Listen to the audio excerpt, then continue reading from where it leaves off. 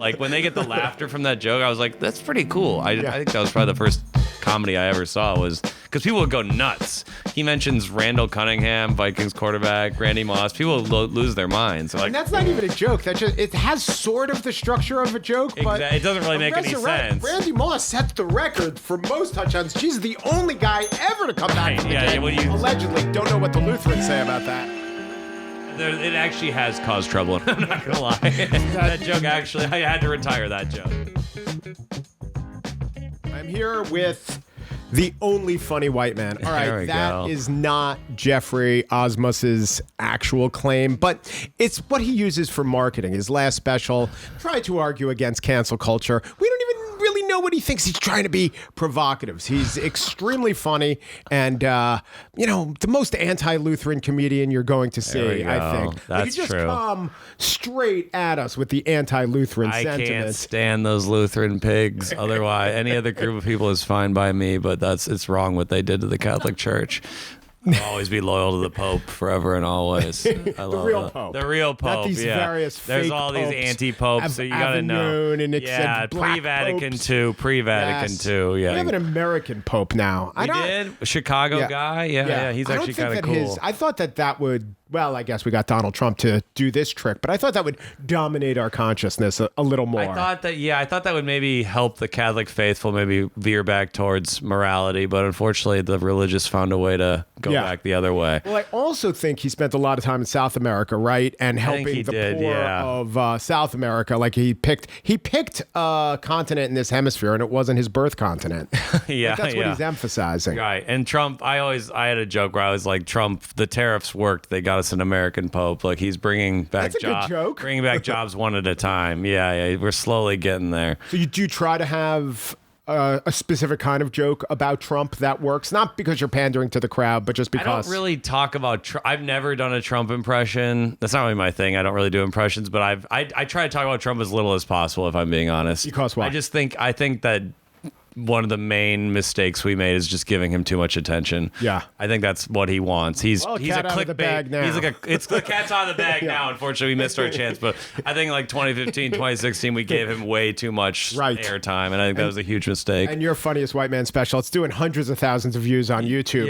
We're changing it. Yeah. We're changing everything. Yes, exactly. There were some Trump jokes in that. I could have stopped Trump. I chose not to, but I could have. I could have done it. So you are Catholic, and there was I don't know if it was a throwaway line. It was a line in one of your specials where you said we went a couple times a week. Oh, for church? Yeah. Well, yeah, because we had to go with our family and then at school.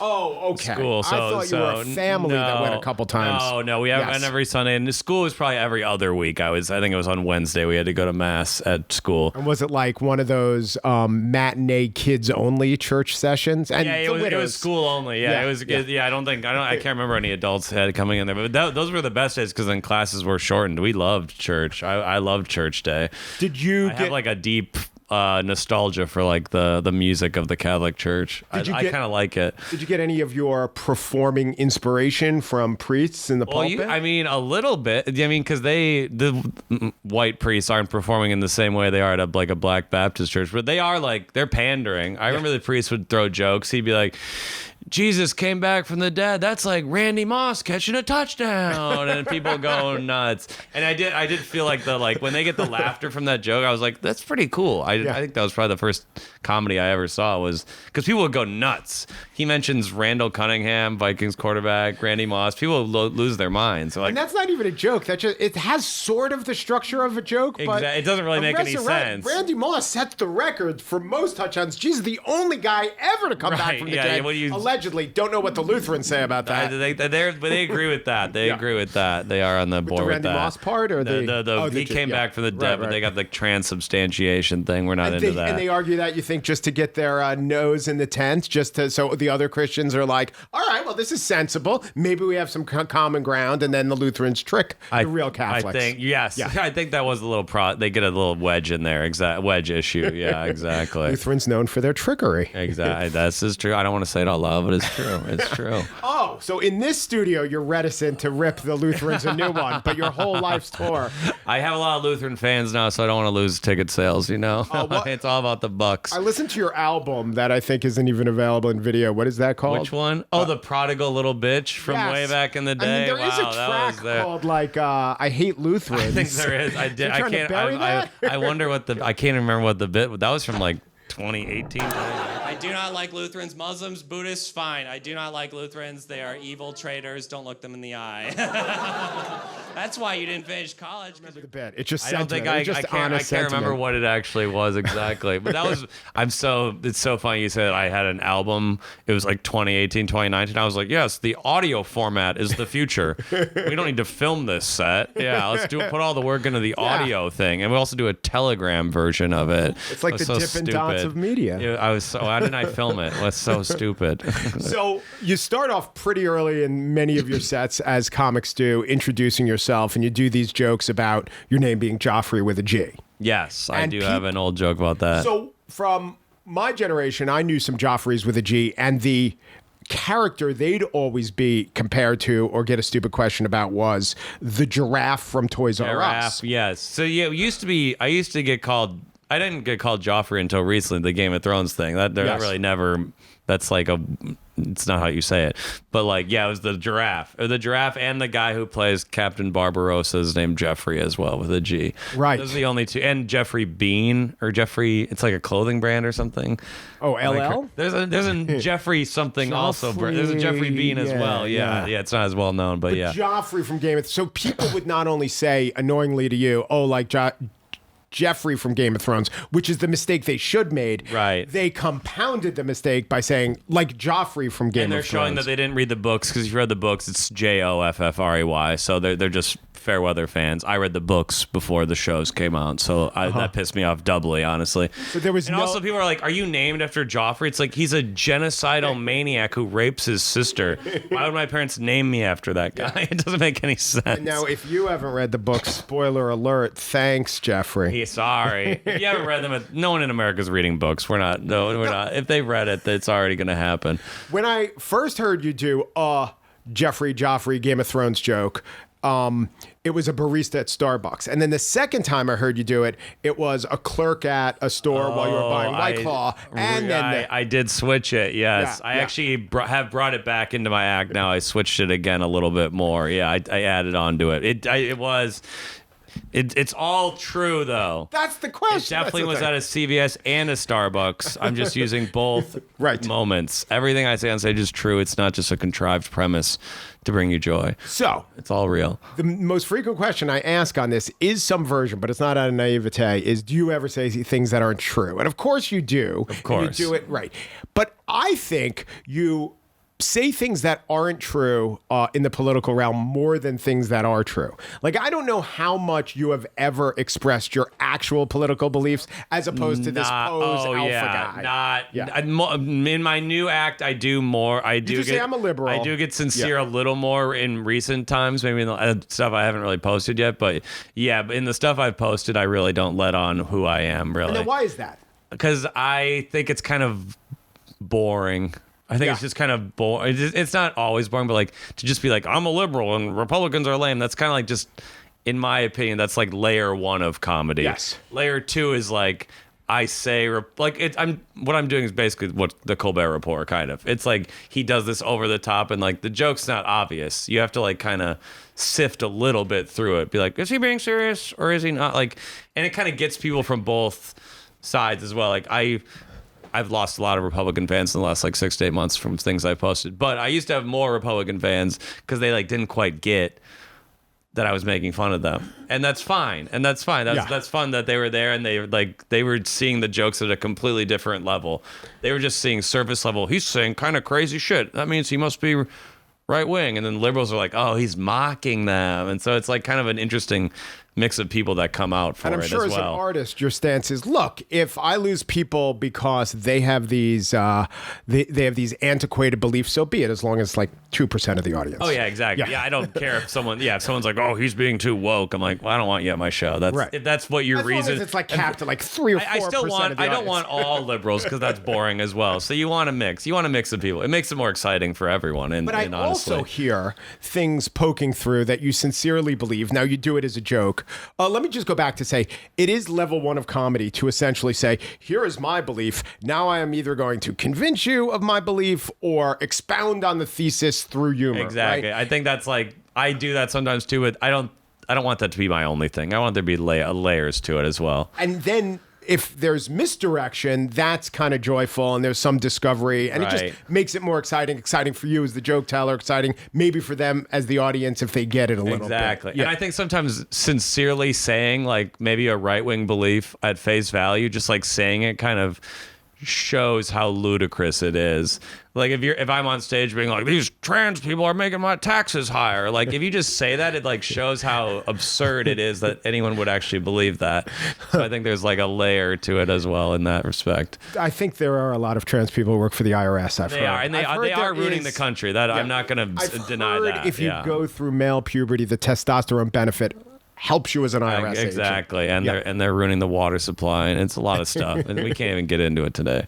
Thank you. It's a lot Thank going you for on. sparing me that because I was going to go on one I of my have a patented tirade, a rants. Yeah, transphobic tirade at the ready at all times, but it's not You yet. can play all audiences, corporate audiences. We can do it all. Yeah. No, corporations hate me. I've done a few corporate gigs. That doesn't work out. They don't like what I'm doing. Really? They don't like my vibe. 3M? No. Classic Minnesota They're a company? classic Minnesota company. Poisoned the water supply where I grew up. That's- maybe this is why. Maybe That's we're right. getting- I would bring that up. I could not bring that up, Yes. so I got to. But counterpoint, Post-it notes. Oh, they did do Post-it It notes. equals things out. I So mean, your community suffered, but we all have an idea, and boom. everyone where I live works for 3M or Target, so I gotta bow down to the 3M gods for What sure. would you? What things would you say at Target that would never let them invite you Target, back? I'd have to make fun of them for getting rid of DEI after being the DEI company. That was a little cowardly did of go them. 180 on that, And they didn't they? they were the company that had a massive gay pride thing every June, and now they're like, actually, we're not going to hire black or gay people. So I think I'd have to go in on them for being I cowardly. would argue they probably went too far in one They direction. probably went because I think what they were doing was like lame corporate liberalism. I agree, it was lame, and it's easy to make fun of that because it's disingenuous. It's obvious they didn't actually care about gay people. Everyone could now probably get behind you if you make Target jokes. Yes, I Yes. agree. They've got a target on their back. They do. There we go. Come on. There This guy's we a go. pro. Okay. Got it. We have the Geoffrey jokes, but then there's the fact that your last name is Asmus, and it's not really. It's ASMUS, right? It's Asmus. Asmus.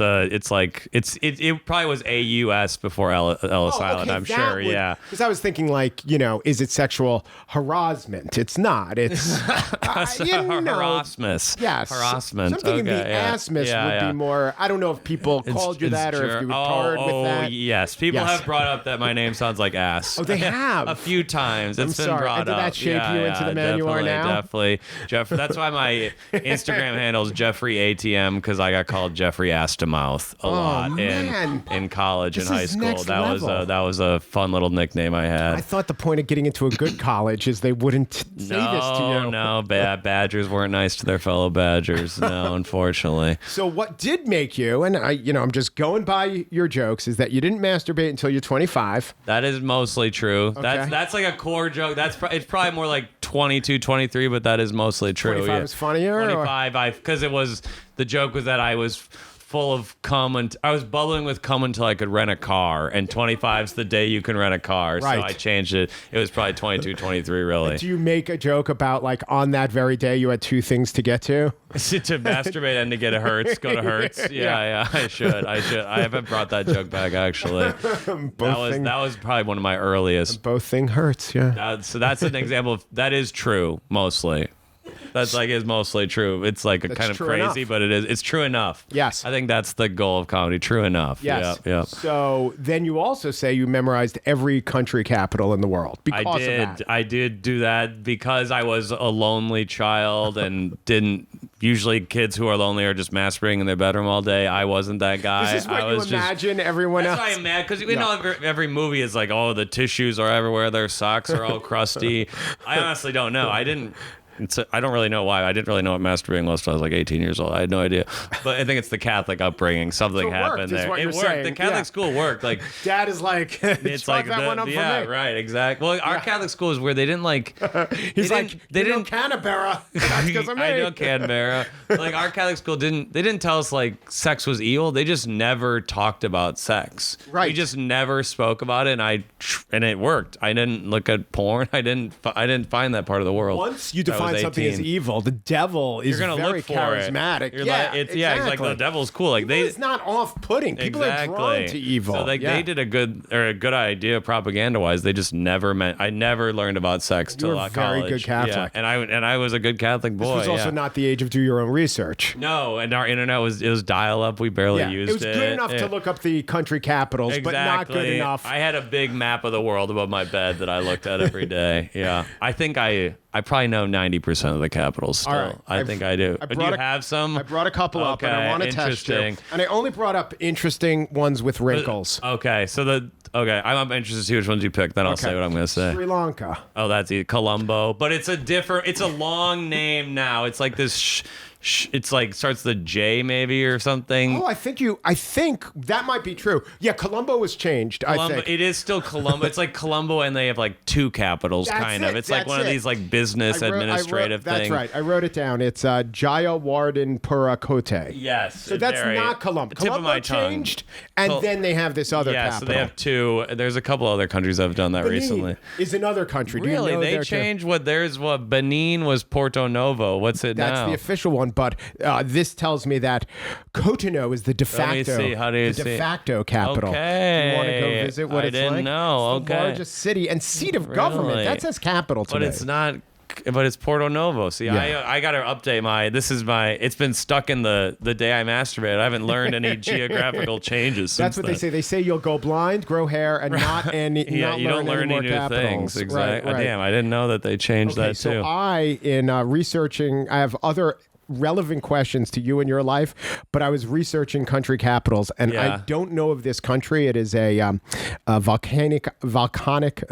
Oh, these island countries, those are tough sometimes. Volcanic island in the South Atlantic. It is a British overseas territory of St. Helena. Okay. It's called Tristan da Cunha. Oh, yeah. This is the most isolated piece of land on Earth. And do you know what the name of the capital is? Oh, I don't know. It's like they almost gave up on even. Wait, is this St. Helena or is Tristan da Cunha? Or are they the same island? No, it's a property of St. Helena. So Helena. So it's like the exurb of St. Helena. St. Helena is where they sent Napoleon in his exile. He died on the island. He's from Elba and died at St. Helena. Or he's from Corsica. Where was Elba? Elba was where he was exiled between. Then he escaped and did the Battle of Waterloo, and then they sent him to St. Helena. The three islands of Napoleon.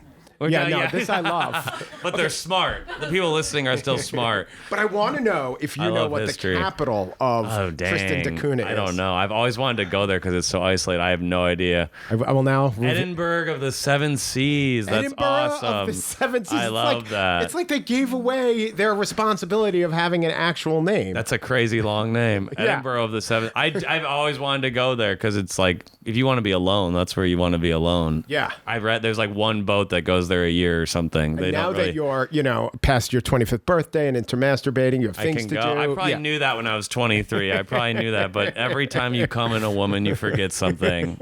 That's true. That's true. It's like how an angel earns its wings. Exactly. Yeah. Now, speaking of which, you have a couple jokes in which either you are sucking someone's dick or a dick is being sucked. Do you do them both in the same set? I think I know which jokes you're referring to. Jokes. I used to have one about there was a mom. It was my mom sucking my dick, but it was related to my mother. and then the other one was the dog walking one. Is that the two you're referring to? We have now determined you have 3. Someone Is there or one sucking other your one? dicks. Yeah. I remember my last special, someone pointed out to me, like, you have 3 jokes about your dick getting sucked. And I was like, because it's funny. Dick getting sucked is a funny phrase. It's a cuh and a cuh. Yes! It's like, these are how words are funny. It's getting a blowjob is not as funny as getting your dick sucked. This is how comedy works, people. First, Come on. right. It's not that you were getting your dick sucked by your mom. It wasn't my mom. I can't remember the joke is that your mom parents don't ever think you learn new things. Like, I'm like, Mom, I don't like mustard anymore. She's like, you never like mustard. Like, they can't imagine you like new things. That's what it is. And like, Mom, I got my dick sucked. I like mustard now. Like, that's what it was. Something like, that's what the joke was. Wait a minute. So you have an interesting philosophy that's this close to being, weird and cult-like. If you come in a woman, you lose information. Yes. But if you receive oral sex, you gain, if not information, then a taste for new items in the world. I could see that happening. Yeah, I think that could. That's a good. There could be some research in that. I could see. I'm interested. I'll do the research. Yeah, I'll do the studies. Joke I was thinking of is why would I be afraid of a homeless guy? Oh, yeah. I did have 3 at the last special. Yeah, wow, I did. Oh yeah, that one. Yeah, that one. Why would I be afraid of a homeless guy? What was the? Everyone in America is afraid of homeless people. Isn't that such bitch shit? It's so embarrassing. I'm not afraid of homeless. Why would I be afraid of a guy who's currently sucking my dick? That was a classic example. The thing is that I think that joke's very funny. Saying it in this context, I seem like a complete hack and a terrible comedian. People should know we have an audience of homeless people outside. That's the context Geoff is talking about. That was a joke where I wrote like. Because a lot of comics make fun of homeless people, and I think it's annoying. I think it's like, a homeless guy said this crazy thing. Well, of course he did. He's having the worst time in human history. Of course he said a crazy thing. Right. So I was trying to do a little twist on that. Like, why would I be afraid of them? They pleasure me sexually. Yeah. They're good people. Funny. Yeah. They're working hard in the same way. Yeah. that one.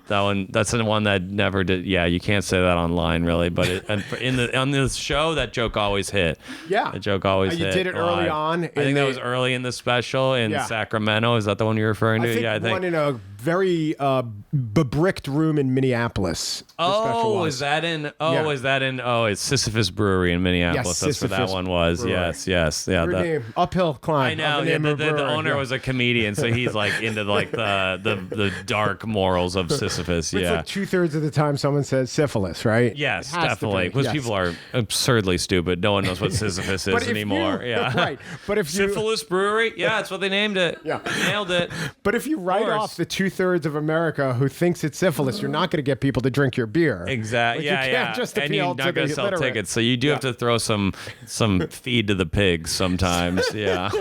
So when you have 3 sucking a dick, get my dick sucked jokes, is it spacing? Is the spacing important? That actually is true. I think if I did a 60-minute set, they were all probably 20 minutes apart from each other. I think when I figured it out finally, because then the novelty wears off. I also think each of the 3 jokes is surprising enough in itself that you don't see it coming. They don't see the dick suck twist coming.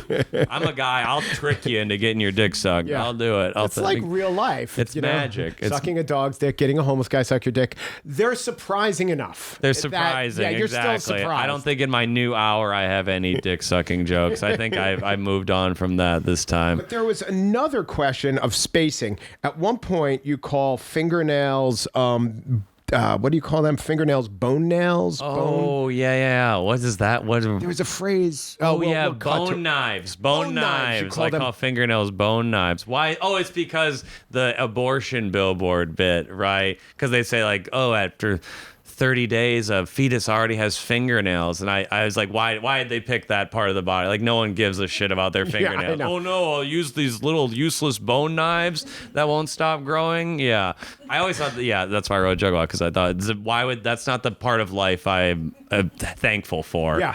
And am I wrong? I thought hair and fingernails was always sold to me as like dead parts exactly. of your body. That's like the one part of the body that's dead already. I never figured out how to make that part of the they're joke. well funded, but they have only a limited billboard budget. That's To the waste thing, it on the that, dead it's thing. like after 3 weeks in the womb, your baby already is getting its dick sucked. That'd be what I'd put. No. Exactly. The pro-life movement chooses the dead part of the That's body. how boring these people are, is that they think fingernails are the best part of your life. They're like such dull cretins. Reasons to be alive. Yeah, that's like, thank God for these little fingernails. Oh, thank God. Then you have other fingernail jokes, or at least fingering jokes. Oh, I have fingering jokes. Did I Yes. mention I don't think I mentioned fingernails in that joke, but yes, the fingering joke. That one is. Must there be space between the fingernails and the fingering? That one, yeah, I think so. Yeah, I think there's got to be a half hour. People got to get a half-hour break for the finger joke. I think they do. So you can think of all these jokes, but it's not really generating them; it's spacing them out. I think one of the most underrated parts of comedy is the order of it. Actually, I think a lot of people don't take the time to think of the order of their jokes. I actually think that's something I put a lot of thought into. Actually, like the order of something like. It's so stupid to say out loud, but like you can't have 3 dick sucking jokes back to back. You gotta space them out 20 minutes. Like they fit in certain spots Could you in go the dick, set. finger, dick? You could, and I have. You've gone but finger dick. in real life, not on stage. But yeah, you could figure that out. I mean, I think everyone knows. Comedians definitely know that the ordering of the specific joke is incredibly important. For sure. But why wouldn't the superstructure stand I by think the same rules? superstructure is, especially when you start doing like an hour on the road, like you don't want to do 10 straight sex jokes. That gets a little. So gay sex jokes are interspersed. You're going to do straight, then gay, then trans sex, then straight sex. You do it all. Because like if you just do 10 sex jokes in a row, the shock is lost. So it's funnier to space them out. And like I usually try to start off with very shocking jokes because to see if the crowd's going to be cool or not, honestly. Yeah. I usually front load like 3 of my more risque jokes right up top, and if they bomb, it's going to be a bad show. So and what if do you do? What do you retreat to? If they do badly? Yeah, just like blasting the Lutherans? Yeah, well, I mean, that's always a bastion for my fan base. That'll always do well. Honestly, now, if something... I just do my shit and I'll bomb the whole hour. I don't care. I don't care anymore. Like you know you're good. I know. There's someone out it's there like, likes sorry, you guys don't like it. I'm not gonna really pander anymore. Really, I kind of have the act I want to do, and if it doesn't do well, I'm never coming back to Omaha. Like it's yeah. Do you have a this will get them back joke? I have a few like sex jokes that that'll probably get them back. Yeah, a few like older. The fingering joke actually is one of my save jokes. Honestly, yeah. Save jokes. That one usually saves it. Honestly, I should have known that phrase. The save joke. Sex. No one. Everyone likes a sex joke. If they're out for a night at a comedy club and they're mad at a sex joke, the show should just be canceled. Like everyone, no one's offended by sex jokes really. Except gay sex. Yes. But straight sex, everyone's fine with, yeah. Maybe faux offended. Maybe they might be like, oh my God, but like no one's really mad about you talking about sex, really. Right. That's kind of, we've moved past that as a society. Right. Which is good. So I think this is Only Funny White Man, you do a bit about the cousin you have a crush on. Yes, that joke has caused a lot of trouble in my family, actually. So, we should tell people, maybe we'll play a segment of that. This is you were just saying sex doesn't offend, and you start with really offensive jokes, but there is a bleep in the special. Did I bleep it? I did bleep it. Yes. Did I bleep? I can't remember if we ended up doing that or not. We did. Yeah, we had, because... This is the thing. Okay, it's a joke about being attracted to your cousin. It's not true. My cousins are incredibly ugly. I'm not attracted to them. But one nice of them of you to has say. the perfect name for the joke. I'll say it. Her name's I like my cousin. I'm not attracted to her in any way. But it's the perfect name. That's not my fault. If you're from a hot family like mine, on the count of 3, let's shout out that sexy little someone, you guys. Okay. A 1, a 2, a 3. Lizzie! Okay. That's not her name. My mom made me change it for this. I tried Lisa. I tried Susan. I tried Lizzie. Different cousins they weren't that you've gone through? I have a lot of cousins. I tried to find names that I have so many cousins. Like it was tough to find female names I didn't have a cousin of. But then I tried other names. It wasn't as funny. I'm sorry. Did the best. Yeah. By far. Yeah. I tested it, and I didn't change it for the special. And my mom was like, I'm never going to tell you to change a joke again, but you can't say her name. And then I did had to bleep it. I did. I think later there's a callback to me saying the wrong name or something like that. Well, what happened is you change it to Lizzie, and then later on, because either you're in the flow, you say. That's what it was. I changed it to Lizzie in the special, but then later I'm like, it wasn't actually Lizzie. It was bleep. Yeah, that's what it was. Okay, now here's my question. So you bleep it, so doesn't get offended or whatever. Right. But it's still gotten back to the family, and there is a lot of tension. Some people are pretty mad about it, which I think is lame because it's completely false, but I get it. And your best defense is, look at her. Yeah, right? Hideous. And I'm like, it's just a funny, it rhymes with sexy. I'm sorry. It's just, it's perfect for the joke. It's perfect. Okay, I'm going to, I think this is the right expression. Put a pin on it, rhymes with sexy. You don't make any reference to the fact that it rhymes with sexy. Your mind makes the assumption. It connects it on its own. Yes, that's what I want to come back with too. But I'm thinking strategically, you were probably in the moment, all frazzled. Your mom is there, breathing down on you. I know none of that happened. She was actually at the show. She was actually at the show, yes. Not in the editing room when you bleeped it. Not in the editing room, no. The thing is, by bleeping it, you perhaps save that one cousin from thinking you were hot for her, but you inject the possibility that every other cousin is now saying, wait, is that my name? Yeah, there's a little intrigue. Yeah, they're like, oh, I didn't know I was looking that good at Thanksgiving. Okay, everyone's feeling pretty good. I didn't even think about that. I think it was just in terms of cousin relations, like not sexual relations, but just navigating family functions. That was a mistake. The family politics have been odd since then. It actually has caused trouble in our family. I'm not gonna lie. That joke actually, I had to retire that joke. They didn't get as I thought. I thought that was one of my funnier earlier jokes, and that they did not really feel the vibe on that. Well, that's kind of how you know you made it as a comedian. That's kind of how I know it was a great joke. Also, no one gets mad at a mediocre joke. That's right. Yeah. So the idea of a joke that actually works or is funny, but the audience doesn't even react to it as funny, I think you do a couple of those. So here's one, right? And they're both maybe a little bit word related, like how reminds you of sexy and the audience does it in their head. You say, oh, with this haircut, I could either be pro or anti-gay, right? Good. I feel like with this haircut, I could be on either side of the upcoming Civil War, you know? Like, I could be like, gay rights, or rights are gay, rights are gay. Oh, yeah. Because I used to have, when I had a shorter cut, I looked like a Hitler youth pastor. Right. That's what I said, yeah. So people laughed at it. But there was no, to me, I just saw it once, there was no differentiation of the laugh that went up on the wordplay you did, or the fact that that's a really good joke. I like that joke a lot. Gay rights are gay. I thought that was fun. I can't even believe that I had never heard that before, and it's like not on some lame bumper sticker if those exist.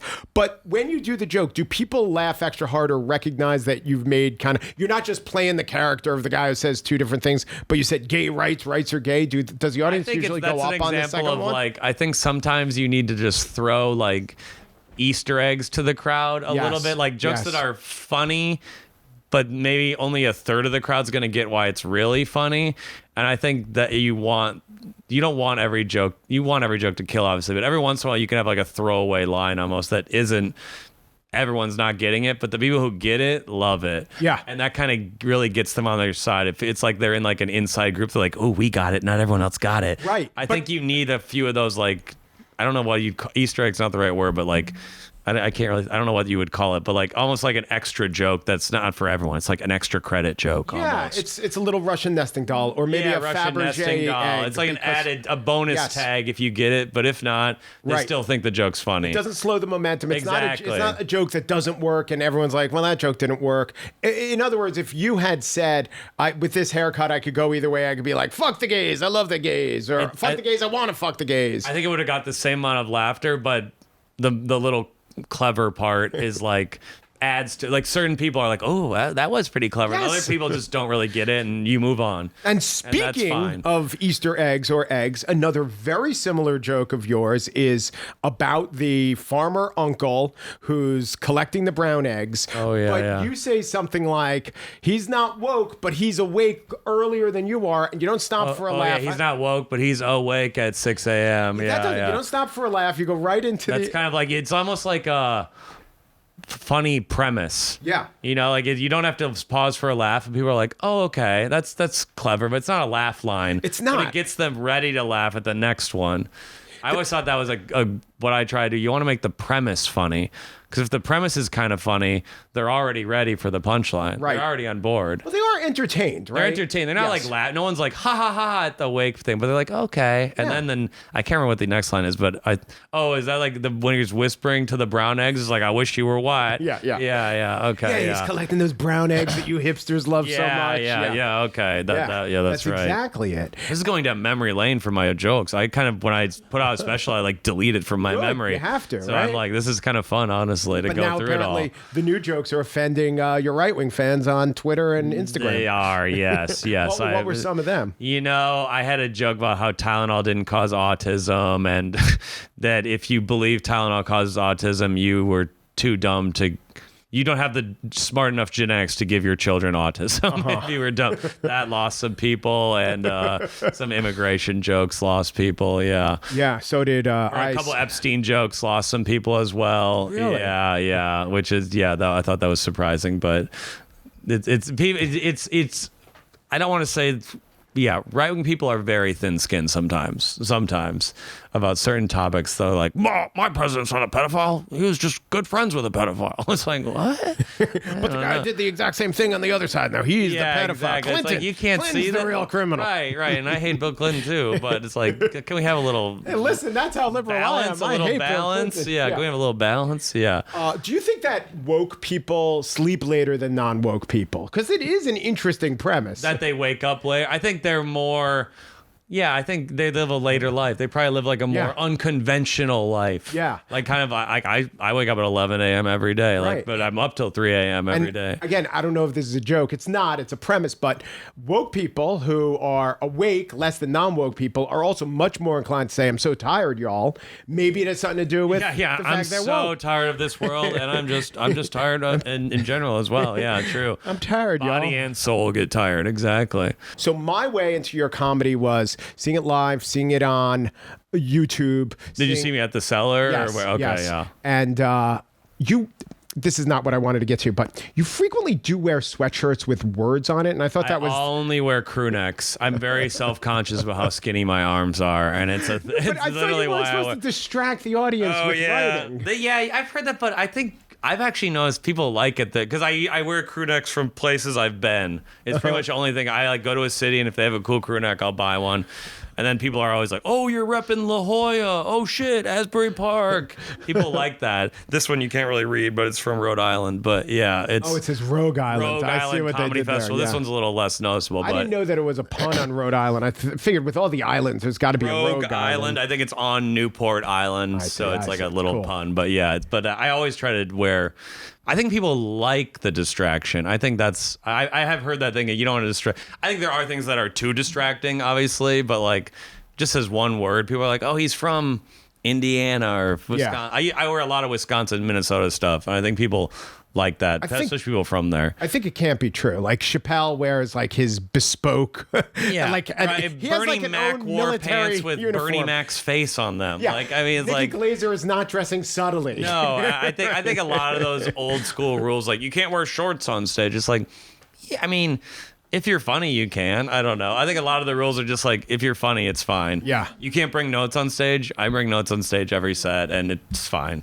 It's not a big deal. So I've seen you live. I've seen you on YouTube, and then I was watching a special, and on whatever platform it was, it suggests prompts, right? And one was Jeff, Asmus, Wikipedia, which is an obvious prompt. I'm like, yeah, let's learn about him. Do I have a Wikipedia? You do not. I didn't think so. So what this does is it directs to an article where the headline and the joke was, here is my one goal in life, to get a Wikipedia page. Oh, I have said that a few times. Okay. And I stand by that. That is my goal in life, to get a Wikipedia page. It's important. It's an important goal, and you deserve it.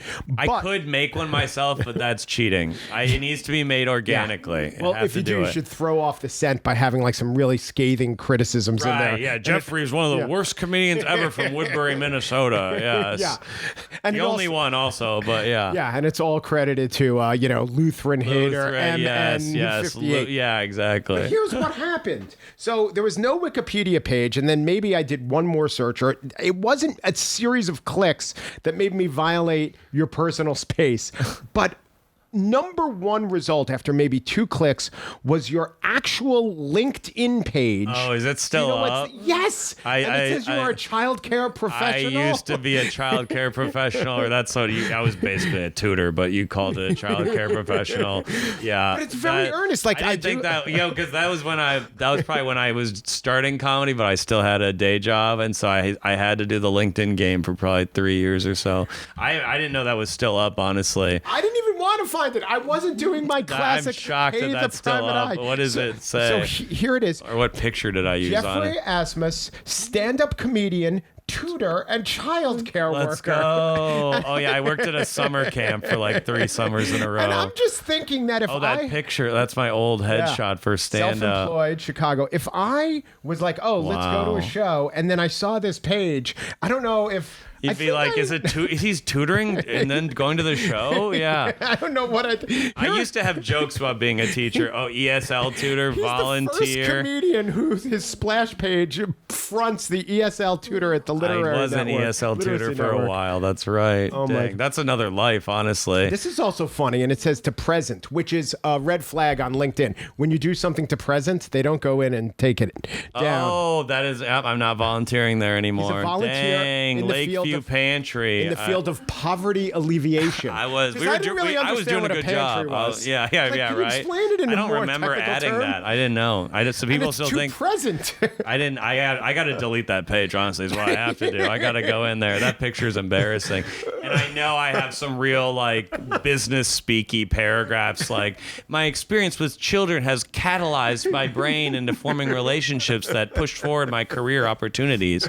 Or like just buzzword shit. I hate LinkedIn. I always hated using LinkedIn. It's such a soulless, vapid place. You can never get off it. Like they keep pounding you to the ends of the earth. I can't imagine if I had to use that for like your life. Like that's like what you have to do every day. Yeah. Oh, that'd be hell. That'd be hell. Okay, so the definition of successful comedian is 1, some of your content get your parents mad at you and causes a rift in the family. And you can delete LinkedIn. And LinkedIn is nothing. Honestly, yes. and get a Wikipedia. If I get a Wikipedia, I'm good. I'm done. That's it. That's all I want. What do you want to plug that's anew? And I'll say it for the outro. What do we want to plug for new? Well, I'm touring all over this spring, folks. The Could Be Worse tour. Everywhere. I mean, if you live in a city of over 200,000 people, I'll probably be there. I'm exhausted just thinking about it. All my tickets are at whitecomedian.com. I bought that website years before it was problematic. Now it seems like an alt-right thing. It was a joke. That was an example of me playing a character in like 2014. And now it is like Proud Boy adjacent, but it's still my website, whitecomedian.com. So you can buy them all. Exactly the time, if I'm doing my timeline right, that you work for the Literacy Network. That was probably you were a member of Phi Alpha Theta. Oh yeah, I did. That was like one of those fraternities that you never actually went there. I just got it because I had a certain GPA or something. I never actually went to Phi Alpha Theta. I could wear like a cord at graduation. That's why I got it. I've never gone. It was like the history fraternity. That's what it was. What's hazing like in the history fraternity? They're like, this is how Genghis Khan did it, and then they butt fuck you. Yeah, but you didn't say Genghis. No, not Genghis. Not Genghis Khan. That's true. Yes. I forgot I was part of that fraternity. That's right. Well, he's part of the fraternity of... And I was teaching those people English. That's right. Those like Korean and Hispanic people. That's right. Dang. Through the miracle of comedy? I probably fucked them up. They're probably speaking weird English. They're like, probably have good cousin hot. Hot cousin. Finger big as penis. Yes. I ruined some lives, I'm sure. Geoff Asmus, thank you for your comedy and your commitment to literacy. There we go. I changed the life. Thank you for having me. It is Asmus. Osmus. Well, keep it in. This is a learning opportunity. It's like it's AHSMUS. That's how I say it. It's Asmus. Right, so things to do. Respell the name, take over the LinkedIn. Yeah, and get a Wikipedia. Yeah, make amends with Lizzie. I think that, unfortunately, if you don't know my family, the bridge, unfortunately, is probably burned there. But that one's probably done. They're quite mad at me. But you got to get Asmus right. We're German people, and we're very proud of being German. We've had a few missteps over the years, but we will always return better than ever. Geoff Asmus, a German and a white comedian. Yes. It's all adding up to something. Before World War II, Germany was the center of intellect and culture. Yeah. We fucked up, though. Yeah. We fucked up, no doubt. Yeah, you could slide. Thank you for having me. Thank you. Absolutely. Hell yeah.